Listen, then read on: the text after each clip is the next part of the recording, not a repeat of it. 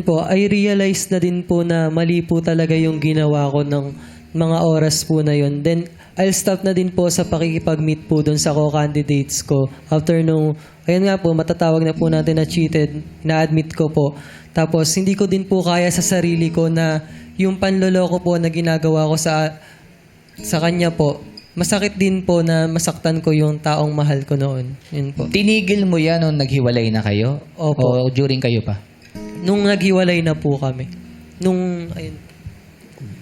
Masarap lang naman yung ganyan. Pag Yung pag hindi pa kayo nahuhuli, Yung may chase. excitement Pag-go, no? siya, meron siyang adrenaline rush. Pero pag nahuli na kayo o wala na yung original, yung totoong girlfriend mo na wala na rin yung excitement. Parang nawawalan siya ng value sa'yo.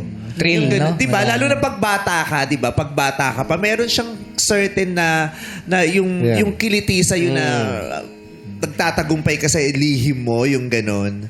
Pero pag walang, parang Thrill. walang thrill. Wala rin Challenge, excitement. no? Di ba ang dami nating narinig na ganyan? Oo. After Yes. nilang maghiwalay, yung kalandian niya hindi rin naman Hindi na rin natuloy. natuloy. wala rin, tinigil na. Oo. Yung the thrill and excitement of Challenge. the challenge of hiding and not being caught, yun yung nagpapaano dun eh. It's the devil that's working. Yan. Yes. Yes Nagliliyab.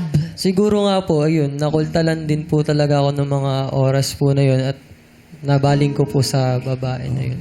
Yung mga araw po na yun. At saka, alam mo, bigla ko na-realize yung sinabi kong, it's the devil that's working. Oo nga, no? Noong mga panahon yun, kaya ka anong-ano dun sa other party. Kasi, kinukulit ka ng devil eh. Para magkasala ka. Tukso yan. Tapos, di ba, tapos nung naghiwalay na kayo ng totoo mong girlfriend, nawala na rin. Kasi yung devil nawala. Kasi sabi, ay, wala naman na kayo. So, wala nang mali dito. So, umalis na yung devil. Sa iba naman maghahanap. Yes. Oo. Kasi kung wala na kayo, tapos tinuloy mo yun, wala nang mali dun eh. Kasi wala na kayo eh. Single ka na eh, di ba? Pero bakit hindi ka na na-excite? Kasi yung devil hindi ka na kinulit. Kasi yung devil gusto niya dun sa mali.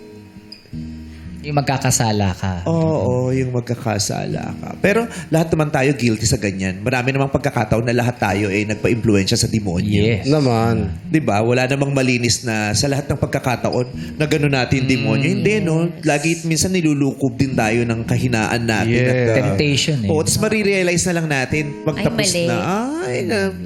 napaglaruan na naman ako ng Napaimpluwensya. demonyo. Lahat naman tayo guilty sa gano'n. Pero napatawad mo na siya Kailan? o may imber na ka pa din dito. Kailangan ko po siyang patawarin para... Mayor Joy? Anong plano mo sa munisipyo? Kailangan mo siya patawarin dahil Alam mo, nakakatawa. Di ba? Yung ganyang boses, dati Miss Minchi ng tawag. Ngayon, Mayor Joy. Na, hi, Mayor Joy. Si Mayor Joy Hi, natatawa Mayor na lang pag Joy. narinig niya na yung boses niya. Ano yung sinasabi mo kanina, Kayla? Kayla?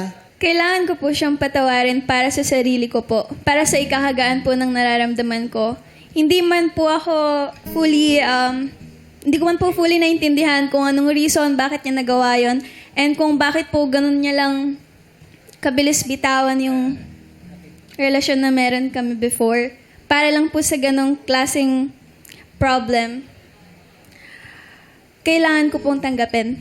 Anong realization mo, Jay? Ngayon, itong pangyayaring to, kasi di ba, lahat naman tayo may tsakang ganap sa life. Pero yung tsakang ganap sa life na yon, eventually, pwede nating maging kapangyarihan eh.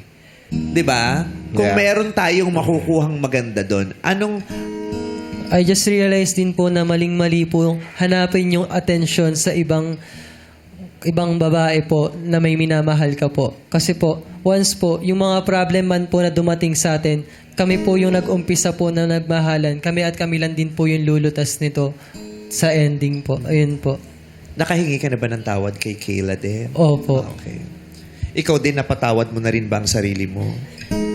Opo, napatawad ko na rin po kasi po, na-realize ko po talaga na mali po yung mga ginagawa ng pag-cheat po.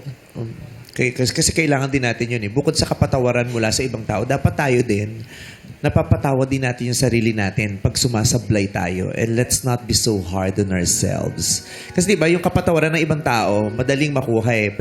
mahirap mang makuha o madaling makuha, iba pa din yung bigat pag ikaw mismo ang galit sa sarili mo at hindi mo pinapatawad yung sarili mo. Okay. So, at least, di ba, nasa magandang posisyon na kayong dalawa, nakapagpatawaran, okay kayong dalawa.